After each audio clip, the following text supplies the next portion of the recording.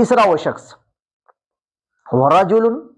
قَلْبُهُ مُعَلَّقٌ فِي الْمَسَاجِدِ، کہ تیسرا وہ شخص جس کا دل مسجد میں اٹکا ہوا ہو، ایک نماز پڑھ لے اور دوسری نماز کے لیے انتظار میں ہو کہ مؤذن صاحب کب اذان دیں گے، ہم مسجد میں جا کر کے نماز پڑھیں گے، تو ایسے شخص کو بھی کل قیامت کے دن اللہ رب العزت اپنے عرش کا سایہ نصیب فرمائے گا۔ میرے بھائیو، کوئی آپ کو یہ منع نہیں کرتا، کوئی آپ سے یہ نہیں کہتا کہ آپ صرف مسجد میں رہیں، آپ تجارت کیجئے، آپ پیسہ جمع کیجئے، آپ عہدے حاصل کیجئے، باہر جا کر کے کام کیجئے، لیکن وہ کام، وہ تجارت سب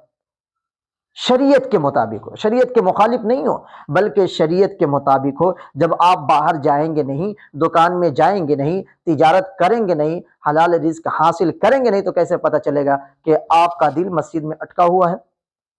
جب باہر جائیں گے، آپ دکان چلا رہے ہیں اور دل میں یہ ہے کہ ہم مسجد میں جائیں گے، نماز پڑھیں گے، ہم تجارت کر رہے ہیں، کہیں گئے ہوئے اور دل میں یہ خواہش ہے کہ ہم کب مسجد میں پہنچے اور نماز پڑھے اور اللہ کی عبادت کرے، تو یاد رکھیے کہ ایسے شخص بھی کل قیامت کے دن